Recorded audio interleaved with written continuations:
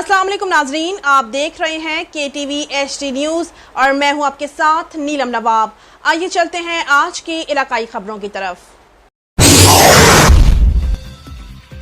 SHO थाना धूड़कोट मोहम्मद रमज़ान अंसारी का काबिल तहसीन अमल दौरान अखट मगरिब के अजान होने पर न सिर्फ दोनों पार्टियों के लोग पुलिस एहलकारों और थाने में मौजूद साइलिन को बल्कि मस्जिद के नज़दीकी दुकानदारों को भी नमाज मगरिब की अदायगी के लिए मस्जिद ले गए। थाना धूड़कोट के तफ्तीशी ऑफिसरान, एहलकारों और मस्जिद के करीबी दुकानदारों का कहना है कि SHO धूड़कोट मोहम्मद रमज़ान अंसारी का ये रोज़ाना का मामूल है कि अजान होने पर वो थाने के स्टाफ और दुकानदारों को नमाज की अदायगी के लिए मस्जिद लेकर जाते हैं।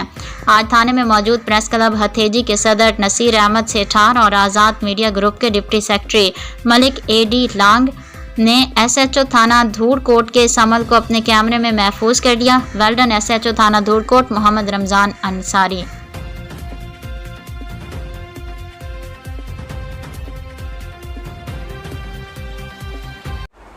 नाजरीन, मजीद खबरों और अपडेट्स के लिए देखते रहिए KTV HD न्यूज़ पाकिस्तान।